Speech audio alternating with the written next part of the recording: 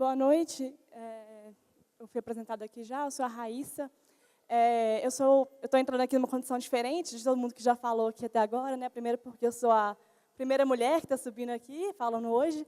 E segundo, porque eu não sou da área de públicas, não estou envolvida diretamente dentro do setor, mas eu sou mídia livrista, eu sou do Mídia Ninja, eu sou do Fora do Eixo. E nesse tempo, a gente já está com o Mídia Ninja desde março de 2013, e agora, com as manifestações que explodiram no Brasil inteiro, a gente veio realizando uma cobertura de tudo que está acontecendo. E, como o Nassif falou, a gente veio fazendo uma cobertura diferente, apresentando exatamente esse contraponto à mídia tradicional, à grande mídia, à velha mídia, como o Nassif falou, que traz uma outra visão, uma outra ótica sobre todas essas manifestações, sobre todas essas vontades populares. A gente veio, antes mesmo das manifestações, a gente já vinha com esse propósito de ser uma mídia independente que ia mostrar o que não estava claro e explícito dentro da grande mídia. A gente traz, assim, a gente pode até tratar das mesmas pautas, mas de uma visão diferente, de um lugar diferente, de uma ótica de quem está de dentro, de quem está realmente participando, o que as outras pessoas estão achando, e não só o que o filtro do editor do jornal, que tem vários interesses envolvidos, está falando, está querendo que vocês leiam, que vocês não leiam. Enfim, eu acho que, assim, tendo como exemplo, assim, apresentando um breve histórico assim, para quem não conhece o Mídia Ninja, no início do ano, a gente lançou em março a plataforma, né, sendo que assim, é uma página no Facebook, não é um veículo, não tem um portal na internet, não é uma TV, é uma página no Facebook que reúne várias coisas, desde fotos, relatos e transmissões ao vivo, que é um outro grande diferencial. E a gente começou em março, o lançamento foi na cobertura do Fórum Mundial de Mídia Livre, que foi na Tunísia. Então, desde o princípio, a gente já deixando claro qual que era a posição, assim, de onde que a gente estava vindo, qual que é essa proposta de ser realmente um medialivrismo, uma outra alternativa a essa visão que já está sendo apresentada. Desde então, a gente veio fazendo coberturas de marchas, de protestos, de manifestações. A gente fez uma cobertura que foi bem interessante, que foi sobre o caso de Marabá, que é uma cidadezinha do interior do Pará, onde um casal de ambientalistas foi assassinado há uns anos atrás. E é um casal que ele tinha uma forte importância dentro da luta ambiental, e ele foi assassinado por fazendeiros da região. E o caso estava em processo há anos e nunca tinha sido julgado. Aí teve o julgamento agora no início do ano, e a grande imprensa deu uma notinha, falou mais ou menos, tentou encobrir um pouco o fato, e a gente foi para lá. No meio foram 3 repórteres nossos, 4 repórteres, na verdade, 2 de São Paulo, 1 de Belém, e o Felipe Milanês, que é um jornalista que está envolvido, que conhecia o caso, que estava lá próximo. E a gente mostrou o julgamento, não só da ótica de quem foi julgado, quem foi absorvido. A gente mostrou qual que era o contexto daquela situação, o que a família do casal estava passando, quais eram os interesses que estavam envolvidos dentro do caso. E a gente foi proibido de transmitir o julgamento ao vivo, porque até hoje, acho que, se não me engano, foram 1 ou 2 julgamentos no Brasil que já foram transmitidos. A gente estava proposto, levou equipamento para tal, mas o juiz não autorizou. Mas o primeiro lugar onde foi divulgada a sentença foi pelo Twitter. Então, a gente estava de dentro da sessão e tweetando, falando quais eram os resultados, o que estava sendo posto, qual que era a defesa, qual que era o ataque. E, assim, esse é só um caso para ilustrar essa situação de como que a gente mostrou uma outra realidade, mostrou um outro contraponto, sendo que a grande imprensa não tinha gente lá, foi um ou outro correspondente local que não estava sabendo de nada da pauta, não tinha nenhum envolvimento, e de lá ele deu uma notinha e passou para o seu editor, e, enfim, não teve repercussão. sendo que dentro da história ambiental, da luta ambiental, esse é um caso extremamente importante. Então, estou dando esse exemplo que é anterior ao junho de 2013, que é onde veio esse boom de manifestações, para mostrar mesmo como que a gente já vinha trabalhando, qual que é essa proposta de já mostrar essas outras faces dos fatos. E com as manifestações, isso veio muito claro. Assim, a gente foi para a rua, junto com todo mundo, a gente foi cobrir desde São Paulo, quando estourou o movimento Passe Livre, pela redução das passagens. Desde a primeira manifestação a gente estava cobrindo, registrando em foto, registrando em texto, até que no dia 17 de junho, se não me engano, o Felipe Peçanha, que é o Carioca, é um dos ninjas lá de São Paulo, ele resolveu transmitir ao vivo. Ele estava indo embora para casa já no final, a cidade bem deserta, só com alguns focos de conflito, e ele passando por aquele painel da Coca-Cola, da Copa das Confederações, que tinha várias latinhas, não sei o quê. O painel estava em chamas e ele simplesmente pegou o celular dele, que estava ali, e começou a transmitir ao vivo aquilo. E isso teve mais de 19 mil pessoas assistindo. Correspondente da Globo Internacional tweetou, falou: eu só vou dormir depois que a bateria do Ninja acabar. E assim, teve uma repercussão enorme de milhares de pessoas assistindo aquilo e querendo ver como que era da rua, né? E a rua, ela estava representada e mostrando não por uma ótica do helicóptero que estava passando e filmando a manifestação, ou então dos jornalistas que ficam atrás da barreira policial, protegidos pela polícia, e mostrando de uma ótica distanciada. Mas não, a gente estava lá, o Felipe estava cobrindo já desde o princípio, e ele resolveu mostrar. Ele mostrou um catador de latinhas que estava lá, tudo pegando fogo. Ele foi catando algumas latinhas para poder, depois, no dia seguinte, vender aquilo. E isso, a partir daí, a repercussão foi enorme. A gente, desde jornais internacionais, a mídia brasileira, vários veículos falaram sobre isso, sobre essa nova forma de cobertura, essa transmissão ao vivo, e essa ótica de dentro, né? Eu acho que, a partir daí, essa foi a primeira transmissão que a gente fez milhares de transmissões, e com mais de uma pessoa na mesma manifestação, mostrando de lugares diferentes, e mostrando ali mesmo o conflito, de dentro do conflito. Aqui em Belo Horizonte, por exemplo, a gente transmitindo as manifestações, eu estava assistindo todas, né? Eu sou da equipe que não vai para a rua, que fica em casa, que é a base que está recebendo todo o conteúdo, que está postando no Facebook, que está monitorando, enviando informação de onde está o foco, onde não está, enfim. E eu assistindo, e assim, o repórter, que mora comigo, estava lá, ele estava assim: gente, eu estou aqui, eu vou chegar mais um pouco para o lado, espera um pouco, dá licença, porque acabou de estourar uma bomba do meu lado. E assim, espera aí, que ele tomou revista ao vivo, o policial chegou, abordou, espera aí, sua identidade, tomou um baculejo, e transmitindo ao vivo. Isso, assim, são algumas das situações que a gente já mostrou. E aí, outra situação que eu acho que é interessante de falar é sobre as ocupações.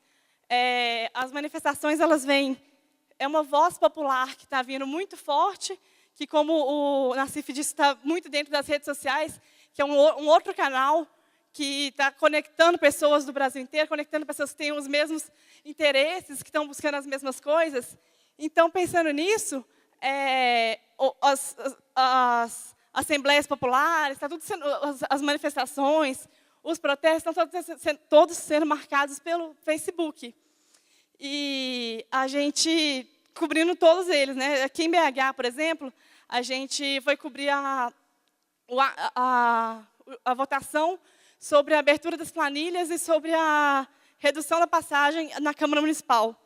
A gente chegou lá, estava transmitindo ao vivo a sessão da Câmara, até que as propostas foram negadas, e com elas sendo negadas, o pessoal que foi fazer a manifestação e acompanhar a sessão resolveu ocupar a Câmara. Foram 8 dias de ocupação, e a gente continuou ao vivo nesses 8 dias. Foram mais de 200 horas ao vivo, transmitindo ali a ocupação dia e noite, mostrando como que se organizava a ocupação, qual que eram as comissões, comissão de alimentação, comissão de limpeza, enfim, mostrando de dentro como que estava se organizando aquela situação, qual que era aquela nova proposta ali que eles estavam fazendo, e que, assim, diariamente tinha a grande mídia lá mostrando, mas eles vinham com outra ótica, tentando criminalizar aquela situação, falando de, enfim, diversas coisas, e a gente transmitindo ao vivo. Então, assim, muitas pessoas falavam, nossa, eu estou no trabalho, mas eu estou aqui assistindo o dia inteiro, não consigo parar de assistir, estou acompanhando, estou querendo saber o que é.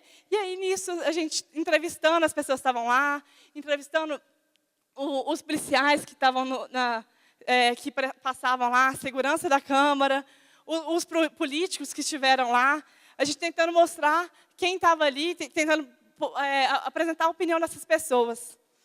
E, assim, a partir disso, eu penso que a Mídia Ninja ela provoca para o campo de públicas, não só a Mídia Ninja, mas todo esse contexto do país e das redes sociais, e todo esse boom que aconteceu, essa mudança que, com certeza, vai provocar mudanças dentro do governo todo, já está provocando, né?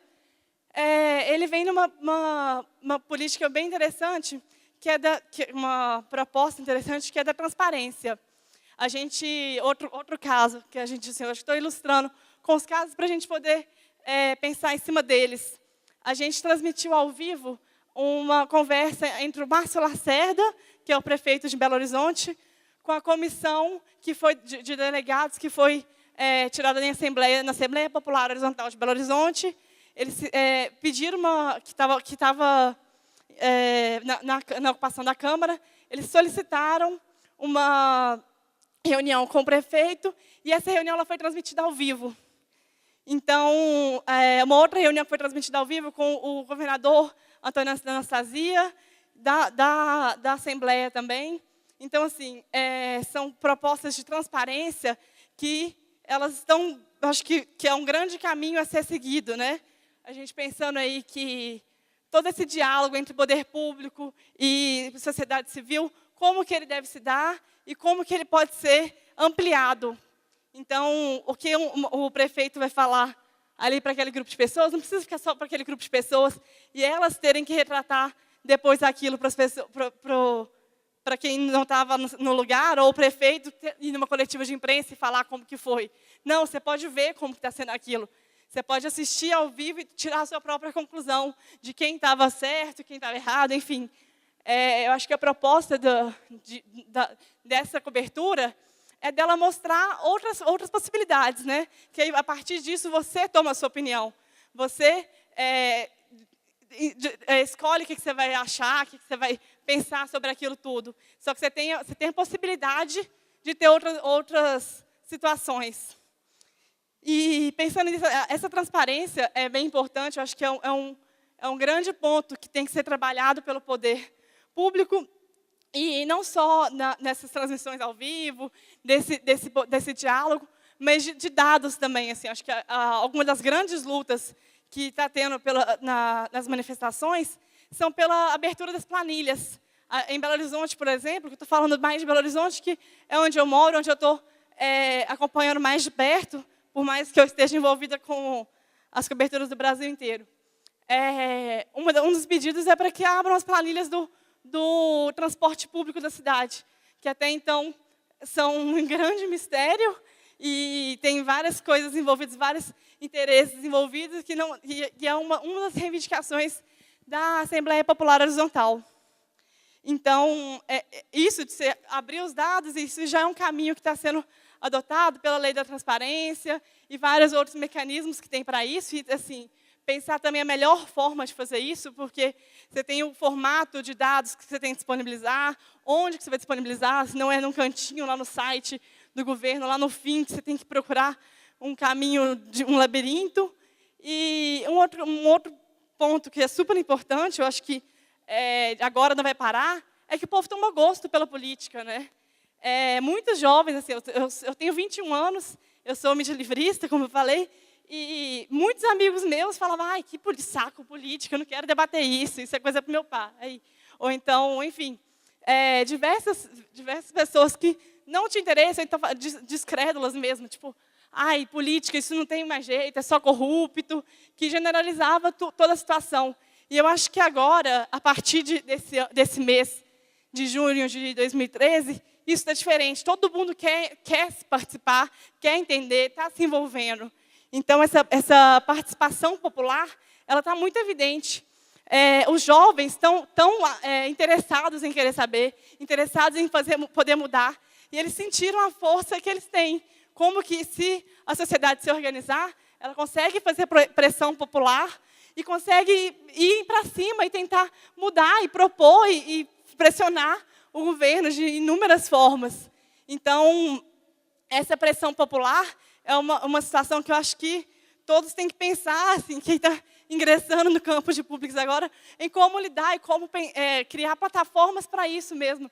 Qual vão ser os canais de diálogo do governo com a sociedade, como que vão ser tomadas as decisões, como que a sociedade pode realmente participar dessas decisões, participar da política em geral. E, a partir disso, também, pensando assim, nessa nova mídia, pensando nas redes sociais, nessas mídias que a gente está desenvolvendo, eu acho que a gente está... O Mídia Ninja é uma delas, é uma dessas plataformas, é uma dessas iniciativas. A partir dele, não a partir dele, na verdade, a partir disso tudo que está acontecendo, tem inúmeras surgindo. E, assim, no Rio, por exemplo, todos os dias tem, no mínimo, 8, 9 canais de transmissão ao vivo. E isso é bem interessante, que assim, não é só o Mídia Ninja, não é só o BH nas ruas aqui em BH, não é só fulano, todo mundo pode fazer. Então, eu acho que esse é um outro ponto, essa democratização da informação. Todo mundo pode colocar o seu ponto de vista, todo mundo pode ir mostrar o que está acontecendo.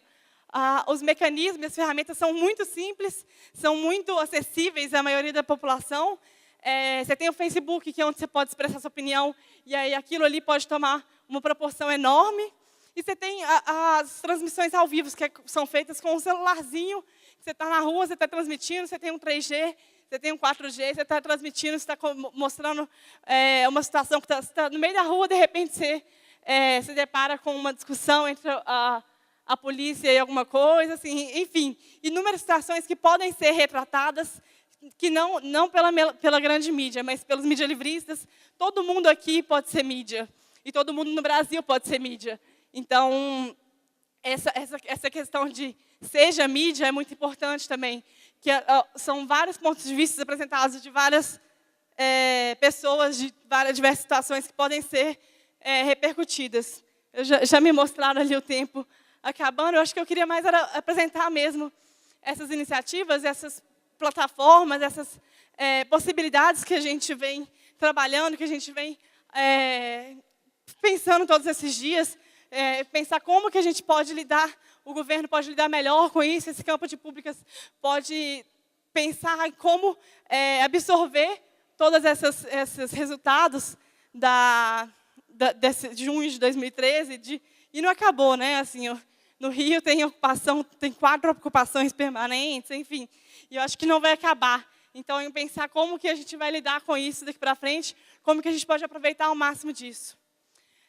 Só para finalizar, então, eu acho que assim, muita gente já deve ter ouvido falar do Mídia Ninja e do Fora do Eixo pelas coberturas, mas também a gente está passando por uma semana de grande visibilidade, de vários ataques de vários lados, e eu me coloco, o formato aqui hoje, ele não é de debate, não é de perguntas, mas eu vou estar aqui no final, se alguém quiser conversar mais a respeito da situação também, eu estou disponível, mas eu acho que é isso.